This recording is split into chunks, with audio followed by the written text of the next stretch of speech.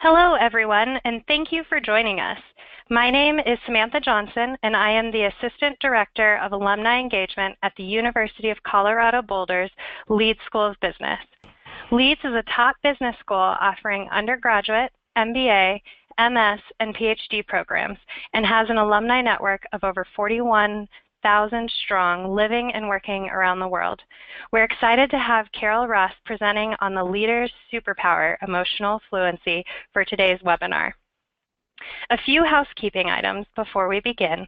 First, if you have any questions now or during the presentation that you would like to ask Carol, please send those questions through the chat interface. I will monitor questions as they are submitted, and Carol will respond to them throughout and at the end of the presentation. As a reminder, for optimum audio quality, we do have everyone on mute except for myself and our speaker. If you experience any technical difficulties during the webinar, please notify us through the chat interface, and one of our support specialists will touch base. Lastly, a link to access the webinar recording will be sent to all registrants later today, along with a survey link. Now, I'd like to introduce today's speaker.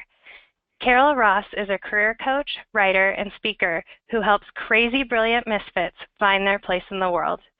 After nearly 20 years in the nuclear power and telecom industries, she swapped working on technical systems for working on human systems and found her sweet spot with organizational development. In 2002, a call came with the opportunity of a lifetime. A former boss gave her a heads up that she was being laid off. Carol went back to school to become a career coach and made the transition from employee to self-employed. Since then, Carol has helped thousands of professionals in 20 countries grow their careers by focusing on self-mastery, living and telling new stories, and building their tribe. Carol's advice has been featured in the Wall Street Journal, New York Times, and Whole Living. Welcome, Carol, and thank you so much for being here. Thank you so much, Samantha. I'm delighted to be here. Today I'll talk about how our biggest breakthroughs come with the heart, not the head. And this is why great leaders know how to use both head and heart. We'll look at the concept of emotional fluency, as well as why most of us are reluctant to develop this skill that's so important for our careers and our lives. I want this to be interactive, so let's start off with a poll. Samantha? Sounds great. Okay, so we're going to go ahead and launch this poll here for everyone to see. So the question is, what are your beliefs about emotion? You can pick more than one of these.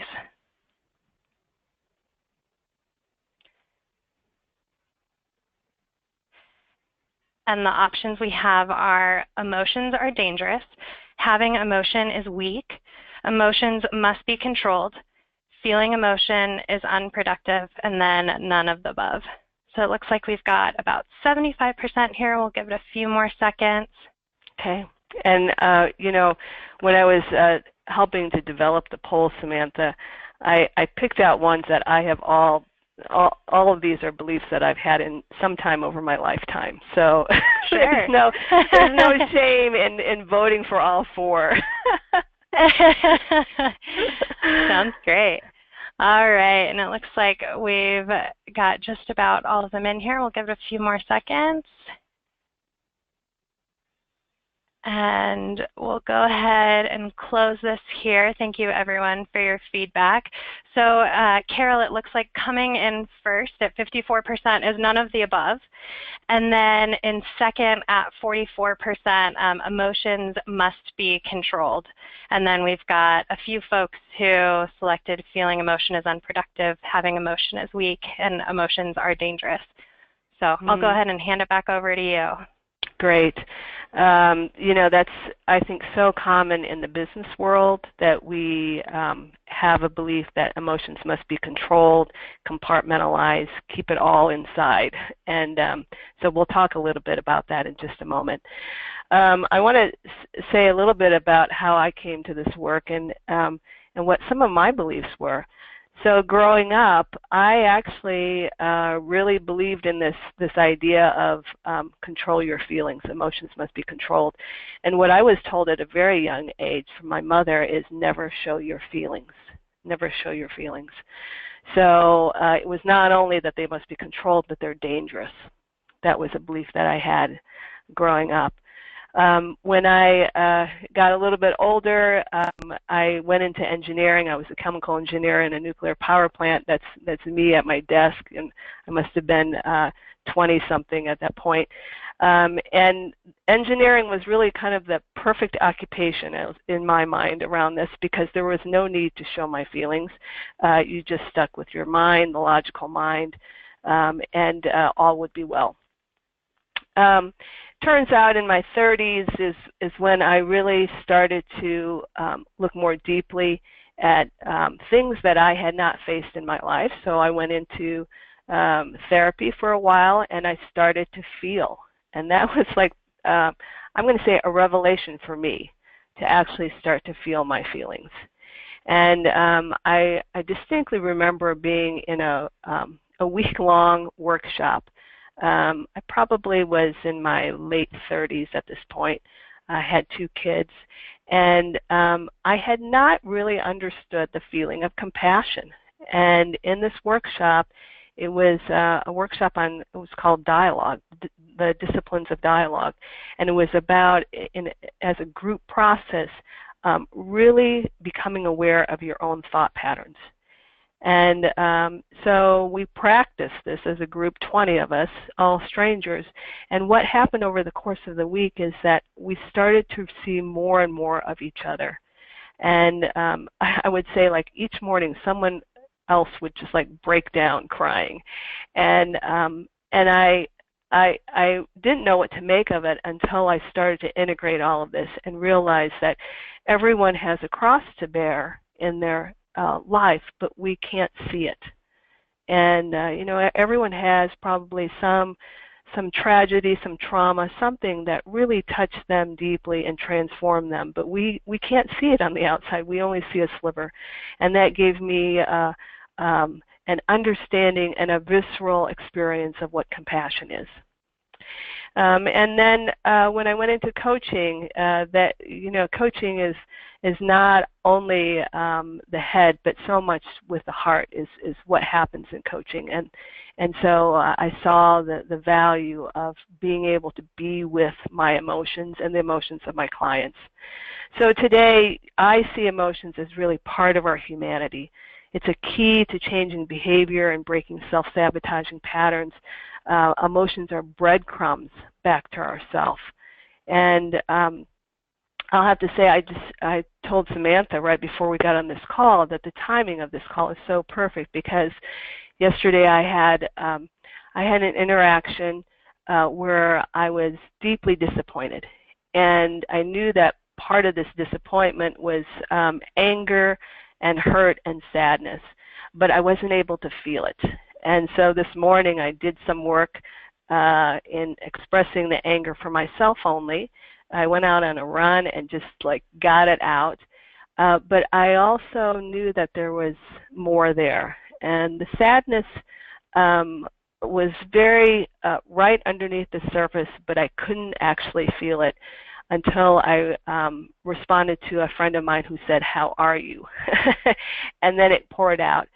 And so that expression of sadness with tears and the feeling of really deep hurt came out, and I will say restored me in time to do this this webinar and to really feel like myself again. So our emotions are the breadcrumbs back to ourselves, and it's a way for us to have more power in our lives, as opposed to being at the effect of our emotions, if that makes sense. So we'll talk a little bit more about that in a moment. Emotional fluency then is our capacity to feel all of our emotions fully. And when I say to feel them, it's not to communicate to anyone else. This is where sometimes it gets a little tricky, where people say, well, I don't want to put my anger on someone else. But our own feeling of the emotion is what emotional fluency is about. So I want to use a map here that will help describe a little bit more of what I mean by this. This is a map that I use quite a lot for myself and for my clients. It's called the Tiers of Emotion. And you can see that there are emotions listed on these 3 tiers, T-I-E-R-S. The way that that you read this map is the lowest frequency is all the way to the right and at the bottom tier, so that's hopelessness. And the highest frequency is love, which is all the way to the left and at the top tier. And as you go from right to left, the frequency increases, so it would be hopelessness increasing all the way over to fear. And then the next highest frequency would be anger, increasing all the way over to boredom and impatience. And then the next highest frequency is well-being, all the way over to love. There's a tendency in our culture to label certain emotions bad, right? So like jealousy is not good. But in my book, all of these emotions are what make us human. So there's I try to the best of my ability to not say, oh, that's a bad emotion, I don't want to feel it, because if I feel it, I'll be a bad person. But we do have that influence of our culture. And so it's a shift for people to say, oh, wait a minute, I can feel my jealousy, and I can feel it for myself only, and it's okay to have it. It doesn't mean that I go out and fling it on someone else, right? So these 3 tiers of emotion also translate to 3 kinds of stories that you can tell yourself. When you're in the imprisoning and constricting tier, you're mostly in a place of powerlessness, and so we call that the victim story. And you can see why if you're feeling one of those emotions, but maybe not feeling it fully, not moving through it, that you will feel powerless. The second one up, the transitional, is called the overcoming. It's related to the overcoming story. And so the overcoming story is all about there's a challenge in front of you, and oftentimes it can bring on struggling, proving, earning. It can also be a place where you're learning and you're mastering new skills. So you can see some of the emotions related there. And then the last tier up there is the expansive tier. This is what I relate to something called the great story. And so the great story is much more about I can see the gift in everything that happens in my life. There's joy and gratitude there. And there is so much more creativity that can be had in the expansive tier. So that's where it's like we may say, oh, all the good stuff is at the top. That's where all the creativity is. And we actually are, I'm going to say, cutting off part of our humanity when we don't allow ourselves to have sadness or hurt or even loneliness. I alluded to this earlier. When we think about emotions, oftentimes we have a collapsed interpretation of, oh, if I have this emotion, then it's going to be communicated to someone else. And that's not what I'm talking about. There's a clear distinction in my mind between how we express an emotion for ourselves only and whether or not it even needs to be communicated to someone else. I'm going to say, 99% of the time, the emotion that we're having does not need to be communicated to anyone else. This is where we can get in trouble, right? So if you think of this map as, oh, these are things that make me who I am, and if I allow them to be part of me and to be expressed, it will give me more of myself and more of my power. And again, not to express to anyone else. There's one other thing that I want to say about this kind of approach, and that is that oftentimes if we're, I'm going to say, venting to a friend, let's say, that we're angry, we might talk about the anger. Oh, so-and-so just made me so angry, and then can you believe they did blah, blah, blah, as opposed to actually feeling it.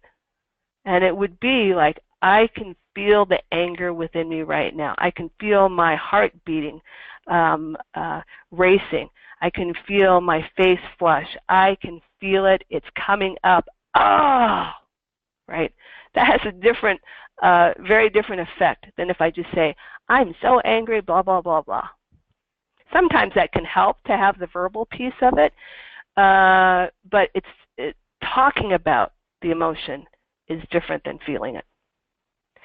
So I'm going to pause just at this moment to see if there are any questions from the audience. Samantha? Awesome, thank you. And just a reminder to everyone, if you do have questions now or throughout the presentation, please submit those through your chat interface. Looks like we don't have any questions at this time, Carol, but I'll give it a couple seconds here in case someone has thought of one just now and is sending it through. Okay.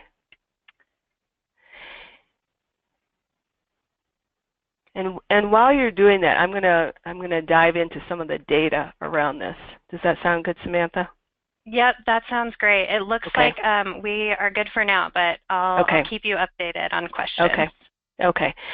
So, why is emotional fluency an important leadership quality, right? Leadership is what I want to underline. And so I'm going to go straight to the data. Gallup, the Gallup organization, the same people who do the polling, has done some research on leadership and what followers need from leaders. So they undertook a study of followers. They had a survey of 10,000 followers, people who said they follow someone, and they asked two questions. What leader has the most positive influence in your daily life? Okay, so that's the first thing they asked people. So they wanted a very specific person that people were thinking about. And then they asked the person to list 3 words that best describe what this person contributes to your life. List 3 words that best describe what this person contributes to your life. So collected a lot of data, right? And they came up with 4 basic needs of the follower. These are the things that they boiled it down to. That followers need trust, they need compassion, they need stability, and they need hope. So let's go into this a little bit more deeply. One of the things that I want to highlight here, just looking at these 4, is that they are much more oriented to how we are being rather than what we are doing. Sure, there are things that we can do to develop trust and compassion and stability and hope, but it's also if we are not trustworthy, right, and that's more of a being, then people cannot feel trust with us. If we can't feel compassion ourselves, and that's more of a being, then people will not feel that they're cared for. If we're not hopeful ourselves, then people will not feel hope as well. So let's go into each of these. Trust, there were some other words that came up with trust in terms of what people said. They said honesty, integrity, respect. If you, it's true, if you can't feel trust, people feel trust, right? There are certain things that we can logically say, oh, this person did all these things, therefore I trust them. But trust is a feeling first and foremost. So let's look at compassion, and the three additional words that people described around this was caring, friendship, happiness. So it's hard to fake compassion, right? You know it when someone's trying to sound caring, but they're really not caring. And again, so this is so much more about how you're being rather than the doing. So you have to feel it first before others can feel it from you. Stability, so other words that people used around this were security, strength, support, peace. So how do you provide a sense of stability with those you lead? It's through your own sense of well-being, no matter what's going on around you. So again, it goes back to a lot of how you're being. If I can feel a sense of well-being, even if there's chaos in our world, others will pick up on it, and they will feel that stability. They'll feel that there's a foundation there, right? They'll feel that they can count on you. And then hope. So this was the last thing that followers said that they need from leaders. The other words that they used were direction, faith, and guidance. So creating hope is about first feeling hope. And when I use the word hope, what I'm really talking about is having a positive anticipation and expectation of the future. Having a positive anticipation and expectation of the future. So, when you can create trust, show compassion, provide stability, and inspire hope, this correlates to engagement. And Gallup documented this research in the book Strengths-Based Leadership. Strengths-Based Leadership. So, you know, when I saw this research, it really excited me because I could definitely correlate it to emotional fluency and being able to feel all of our emotions.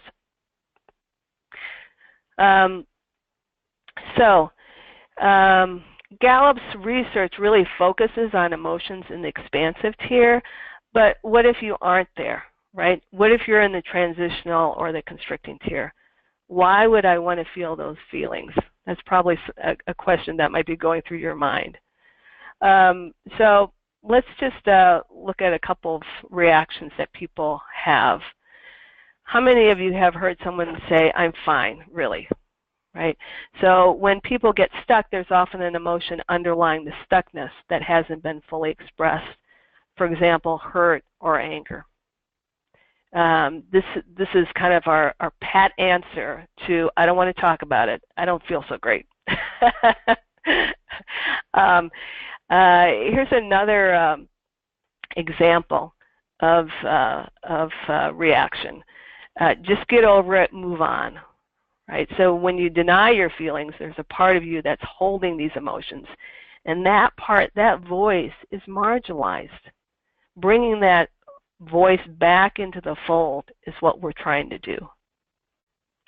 So we think, okay, if I just not think about it, not feel it, it'll be not there.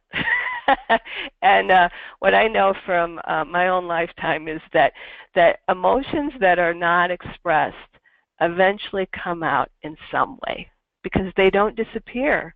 They actually are there still. Whether it's, for me, if I'm feeling something in the constricting or the transitional tier, maybe I'm feeling worry, or maybe I'm feeling fear, it will show up in my body. I will feel it in my shoulders. I'll feel it in my neck. Other times, if it's anger, right? How many of you have been the recipient of someone's anger that got unleashed and it had nothing to do with you? This is what happens when we are not willing to express and feel our emotions. It can come out sideways. It can come out in ways that harm others. So this is really the importance of, you know, those emotions that we might label bad. We're going to try to push them aside. We're going to try to suppress them. And what happens is it actually ends up disempowering us, because we're trying to say it's not there, and it is there, and it will come out. It will come out in some way. So I think I've had a lifelong struggle to allow my anger to be expressed for myself only, because I'm going to say in my family there were two ways to look at anger. You either control it or you run away from it. And my father had a volatile temper, and so you didn't know when his anger was going to come out, but when it came out, you ran for the hills. And so I had this, I'm going to say, tension within me of if I express it, does that mean like I'm a bad person? Or if I express it, is it going to harm me in some way as well? And what I realize is that I have had to start to trust my emotions more and more, knowing the impact when I don't trust my emotions. So when I have anger within me and it hasn't been fully expressed, one of the things I know is that I feel foggy. I cannot think well. It impacts me. It's like this low-grade fever throughout the day until I actually get it out. And once I get it out, it's like, oh, thank goodness, the veil is lifted. So one of the things that I've come to rely on is sometimes I will say to my husband, can I just vent to you for 5 minutes? It has nothing to do with you. And my husband is very dear, and he says, oh, sure, go ahead. And then I will just feel the anger, and I will vent, and I'll be done. So this is one of the things that helps me. Sometimes it might be going for a run, and I'll grunt through my run, and that'll be another way to get anger out. But one of the things that I have had to educate myself on is anger is just a normal reaction to a boundary being crossed. It's a normal response to a boundary being crossed. So it's okay. I can have my anger. I have the perception that a boundary was being crossed. Okay, there it is.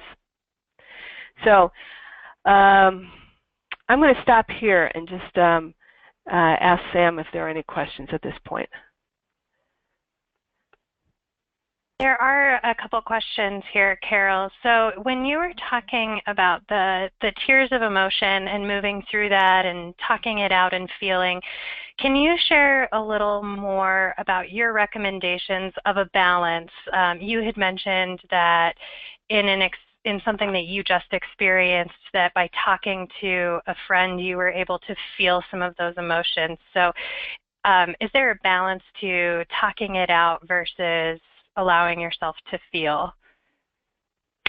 Well, I think that talking out, if it allows you to feel, is a good thing. If the talking out is really a way to get a way to get pity, or a way to manipulate or to control, then that's not so good. And this is where I think emotions can get a bad rap, because people do use the presence of emotion to manipulate at times. We've all felt it. Let me just say that, right? That fake crocodile tears, let's say, right? But the talking out can, if that's your way to express it, and you're not using it for sympathy, you're not using, this is where it's like, I just need to get it out, and I don't need any advice, I don't want any sympathy, I just need to get it out. That can be a perfectly valid way if you want to do that all the time, but you have to be really clean about it. That's the trick. I hope that helps. Wonderful, thank you. And then, well, yeah, I think it does. And then one other question here. So from the leader perspective around emotional fluency in the workplace, there often can be a stigma that leaders need to be stoic. And this also can feel different between a male versus a female leader. So do you have any advice or recommendations specifically for females in that leadership position in overcoming that negative association of a stoic stigma with emotional fluency in the workplace? Yeah, wow, this is such a great question. I think that it's important that the context be really clear. So let me give you an example of this. I worked as an engineer for almost 20 years my last job, I worked for Lucent Technologies, Avaya, and I had a department head who was holding an all-staff meeting, and it was at the time that we were doing early retirements. And there were a lot of people who had been there for, I'm going to say, 10, 20 years who were leaving. They were taking early retirement. And this particular leader had been at the company for a long time. I'm going to say 25 years probably at that point. And as he was talking about the early retirement package, at one point his voice cracked. And he was talking about some of his friends that he knew that were leaving. And when his voice cracked, I mean, this was probably like 15 years ago. I still remember this moment. He revealed his humanity and how much we were all feeling the loss of our colleagues and our friends who were leaving. So in a way, you know, in that moment, his authenticity about what everyone was feeling and what he was feeling was serving the group. And he didn't dwell long on it, but we could all tell there was something going on inside of him because he paused and his voice cracked, right? And then he went on. That's a beautiful example of emotional fluency. Like, he allowed himself to feel the sadness being a reaction to a loss in the moment. And it made us all more human in the moment because we all could acknowledge our own sadness. Now, this is what I mean by you have to pick the right context in which your own feeling of an emotion is something that is true for you and true for others. It won't be seen as manipulative. It won't be seen as looking for sympathy, but it will be honest and true and authentic.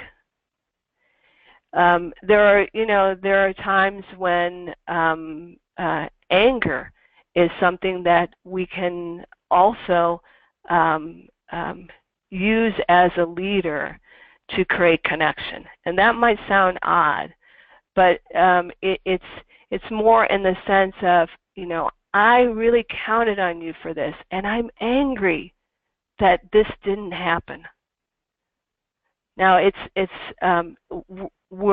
anger is a little bit tricky because sometimes we can shame people with our anger.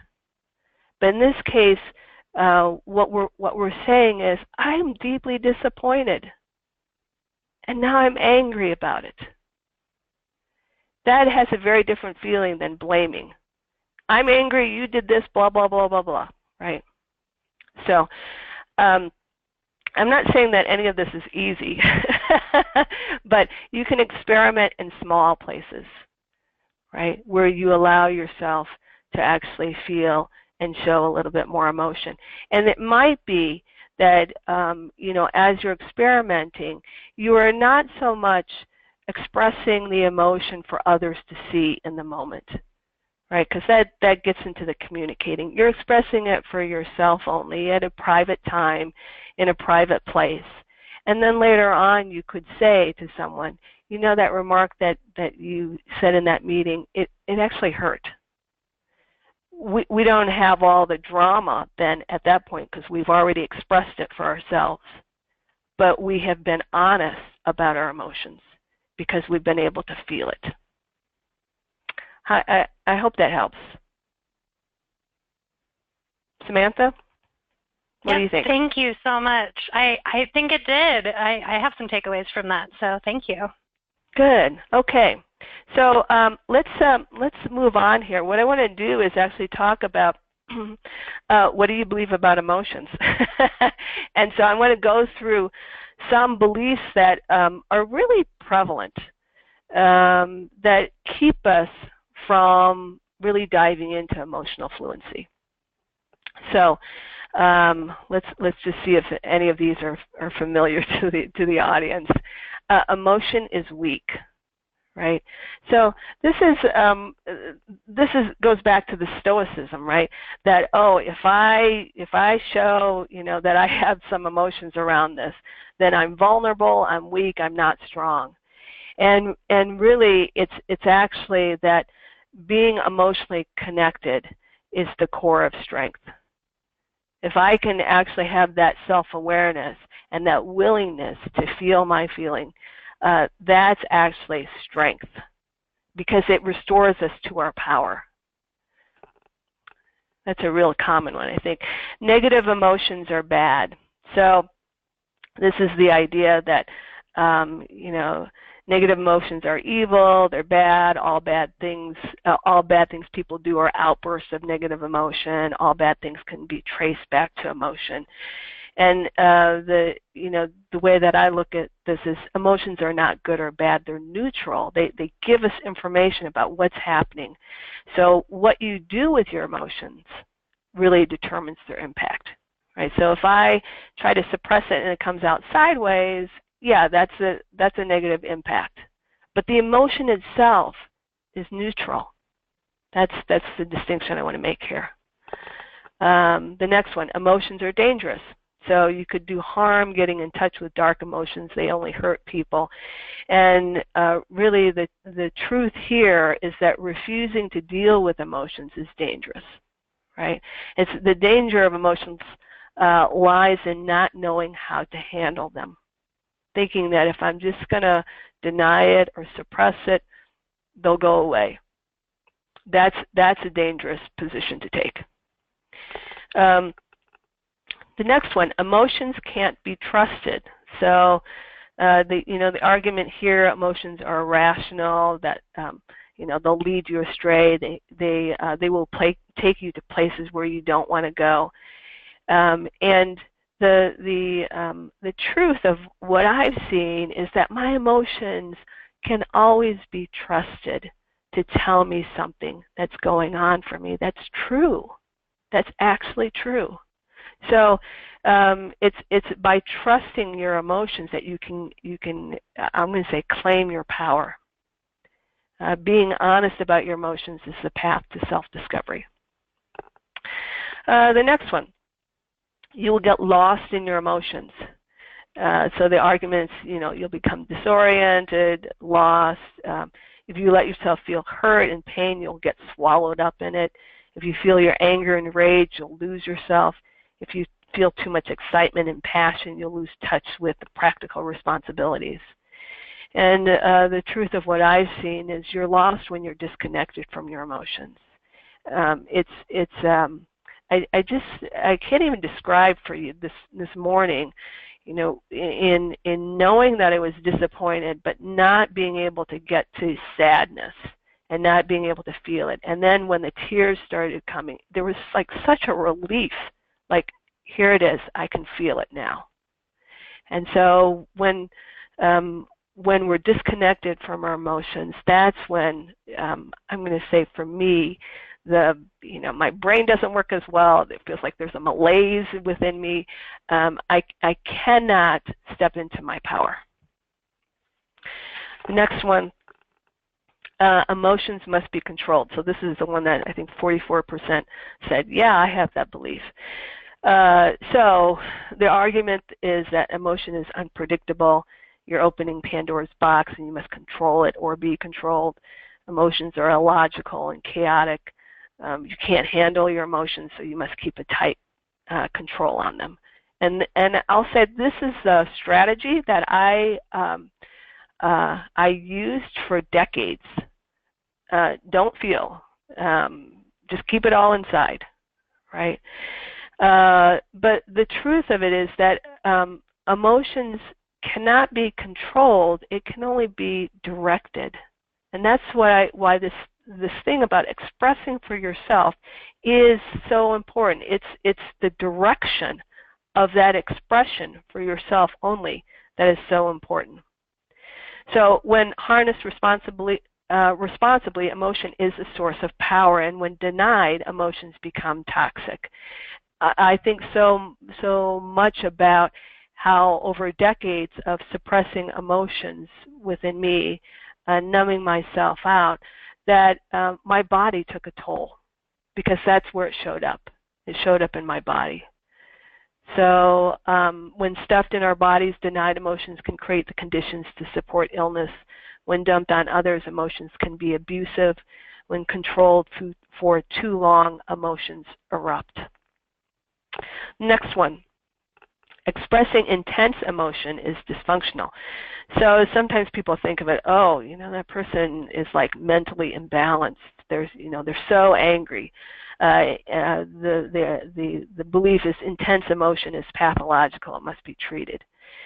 When in reality, when we can fully express an emotion, again, for ourselves only, and release it, that is healthy. True emotional composure includes feeling fully and knowing when and how to share it.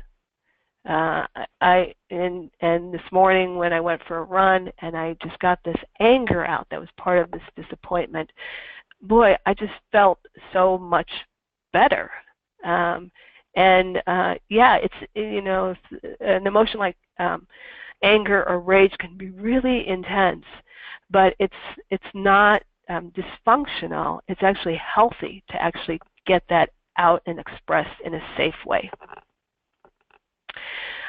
Feeling emotion is unproductive. So I have heard this from many people, like, well, why cry over spilt milk, right? I don't have time to feel. I've got things to do. Making room for emotions takes up time and space and limits my productivity. And really the truth of this is that thinking and feeling creates increased productivity. When we try to change something and we don't acknowledge the emotional truth of what's part of what we're trying to change, that becomes empty action. How many of you have, I'm going to say, tried to change a habit? You know intellectually that that's something you don't want in your life, and you say, I'm just going to do this, and it doesn't stick, right? So it's actually through the feeling of emotion that change starts to happen, because what happens there is that we're taking more responsibility. That may sound odd, but the emotional ownership of what we have created for ourselves with a bad habit, for example, is part of the change. And if we are not willing to feel, the change will not stick. And that leads to our last one. Feeling doesn't change anything. So this is the idea that expressing emotion doesn't change anything. It's a waste of energy. But what I know is there is no change without emotion. Emotion is the key to change. This is a great quote to end on here. Whatever you aren't aware of can't be healed. And so this is such a fundamental truth for me, that we walk around wounded, all of us, in some ways, over the course of our lifetime. And if you aren't aware of where those woundings are, they can't be healed. Our emotions are a way for us to point the way to where those places are that aren't yet healed.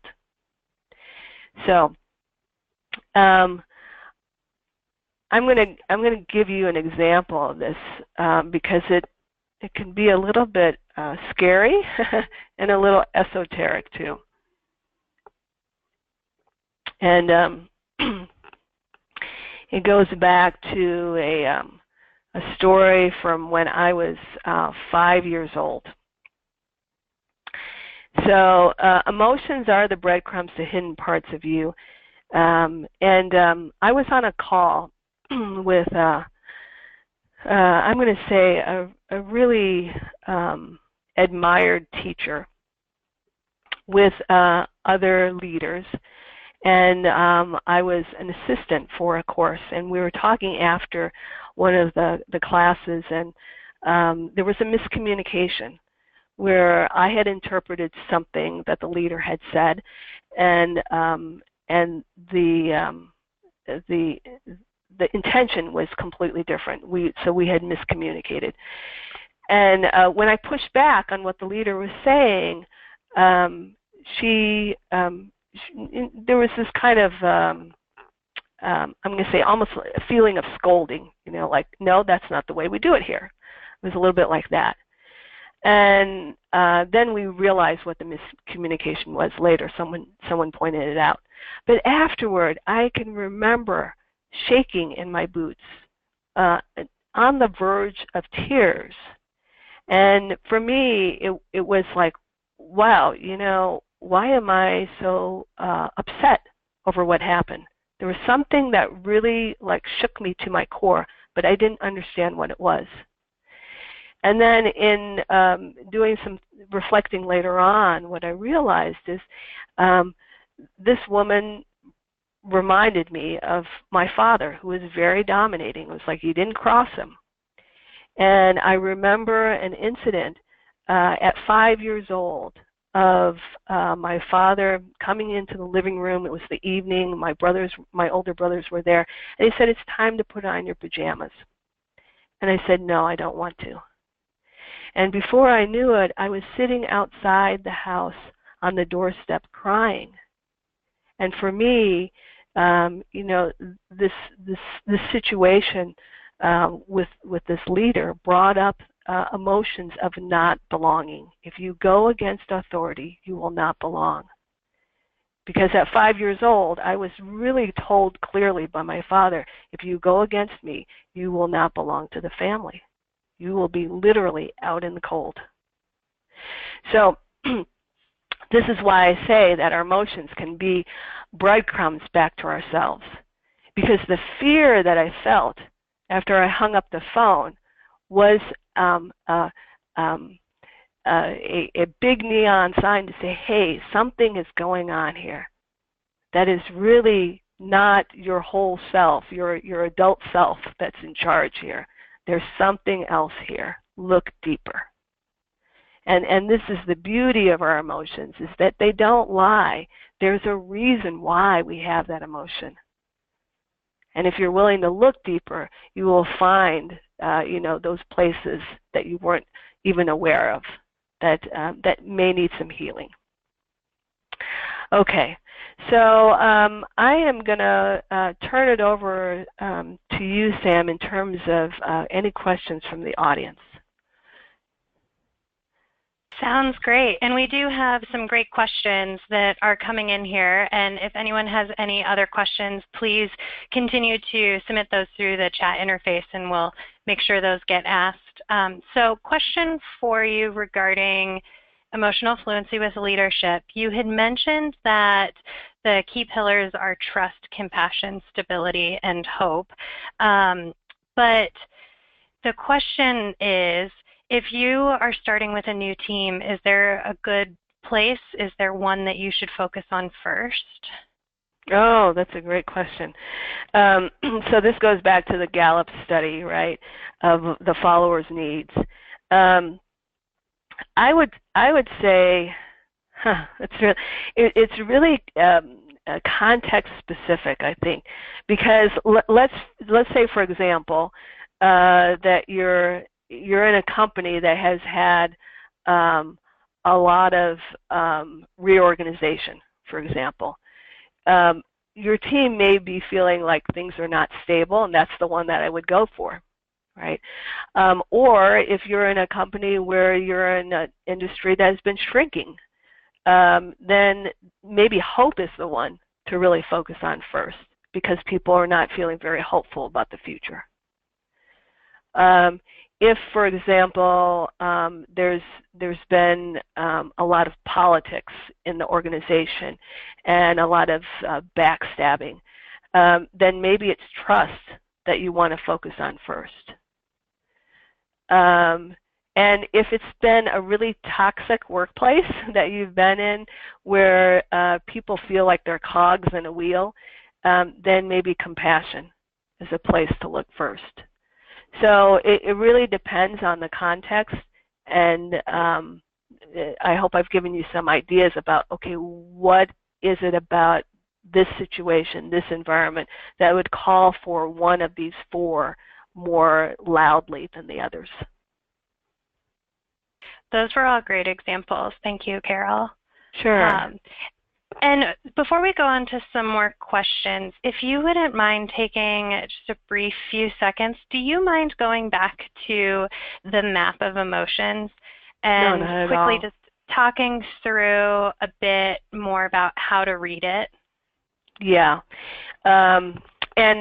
Just so you know, there at the end of this presentation, we'll point you to a place where you can actually get this map with some additional description of how to use it.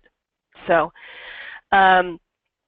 okay, and actually I forgot to tell you about one of the ways that I use this map. I mean, first off is just to see that there are so many different emotions that are part of our humanity. Sometimes people say, oh, they'll say, how are you? Oh, I'm so stressed out. Well, I don't consider stress an actual emotion. This is where it's helpful to actually see all 21 and to start to identify for yourself, what am I feeling when I say I'm stressed out? Am I worried? Am I feeling anxiety? Am I feeling pessimism? Right? So these are all very distinct emotions that have different feels, different feeling to them. And that's one way that you can start to use this map, is just to say for yourself, okay, I'm feeling stressed, but what is it really, right? The other thing that you can do then is, let's say someone says, I'm feeling stressed, and then you start to realize, oh, it's more than just this generic term, stress. I'm feeling pessimistic. I'm feeling pessimism. Then you can actually start to work your way up or down the tiers of emotion. So you can say, do I feel some sadness here in whatever it is that you're pessimistic about? Yeah, I do feel some sadness. Do I feel some overwhelm? Oh yeah, I do. Yep, I can feel that overwhelm. Do I feel some doubt? Yeah, definitely I feel some doubt. So you can start to actually move yourself up the tiers of emotion. The other way that you can use it is going down. And so, like, the question is, well, why would I want to do that?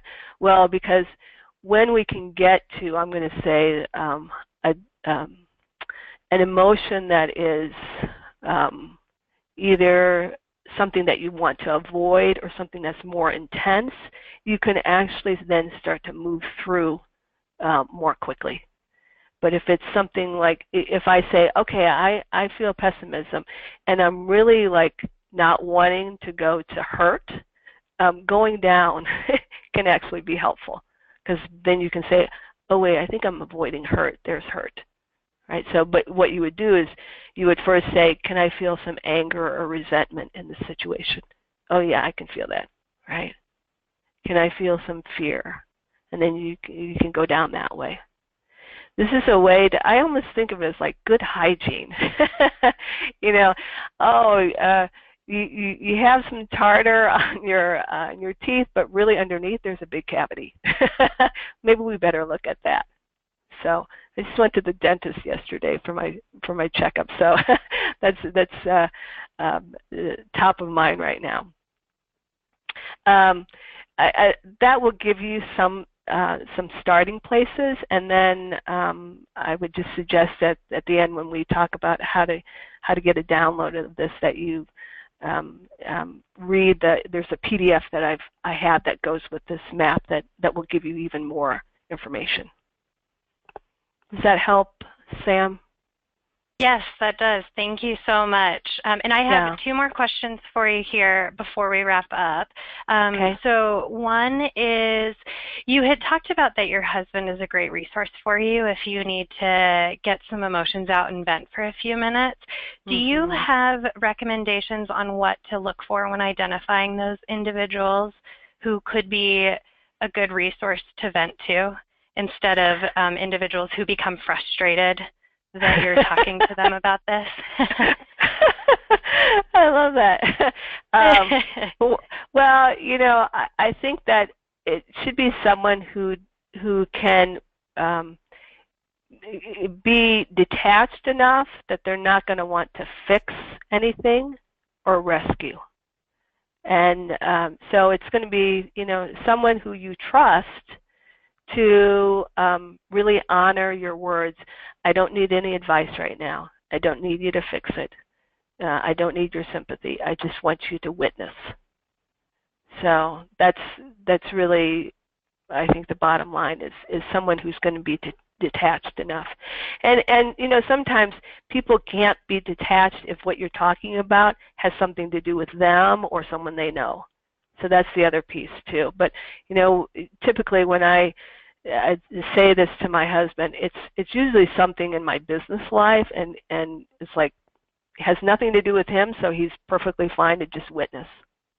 Yeah, there are other ways to actually get your anger out, and so there's the physical I mentioned about running. There's the you could also, like, you know, when you have a great workout at the gym, right? There's some energy that you can direct out that way. You can use just a washcloth, and wringing a washcloth can be a way to get out anger. So oftentimes I will advise a client to have an anger journal, and it's really like, I am angry about, that's the prompt, and you just let it fly for like 15 minutes. And then you take all those pieces of paper and then just rip them up and burn it, so that there's really this energetically feeling of releasing it. That sometimes is something that I'll ask someone to do for like 5 days in a row, because I know that it's just been built up over a lifetime.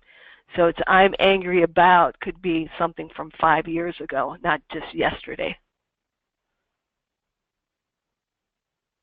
Awesome. Thank you so much for those resources. Yeah, definitely. And one last question here before we close out, as we're approaching the 1 o'clock hour. So we've talked about leadership with emotional fluency, but this question comes from the other side. So the question is, how do you support this philosophy of emotional fluency in your current workplace when your workplace leaders don't believe in it? Oh, wow. Yeah, that's a really great question. I think that, and this may sound cliche, but I really believe this. Like, we all are leaders in some way, and if we can show that we're not afraid of emotion, that that emotion serves us in terms of data, that can be the start of something that others will pick up on. Not necessarily the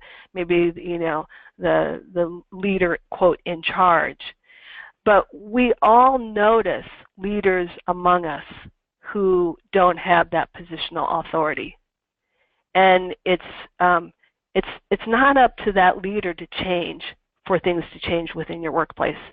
It is for you to change, and then to start to, I'm going to say, spread the change. But it always starts with us first. It always starts with us first. And I would say that change is messy, and we will make mistakes. We will screw up. But it's in that messiness and that screwing up that we become more confident in what we believe to be true. And that's, for me, truth has always been just like this guiding force of, is this true? You know, and emotion for me has always been, I can't trust it, to now it's true. It's true.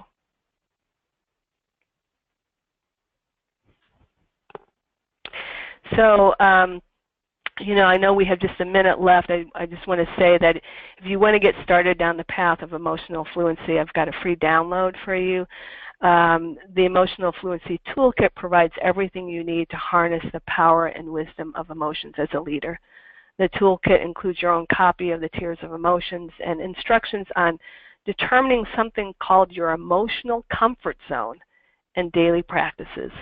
So if you go to this URL, you can just put your name and email address, and you'll get the Emotional Fluency Toolkit right away. So with that, I'm going to turn it back over to you, Samantha. Thank you so much, Carol, for all of this great information. This has just been such a fruitful hour, so thank you. And thank you so much to everyone for joining us for today's presentation.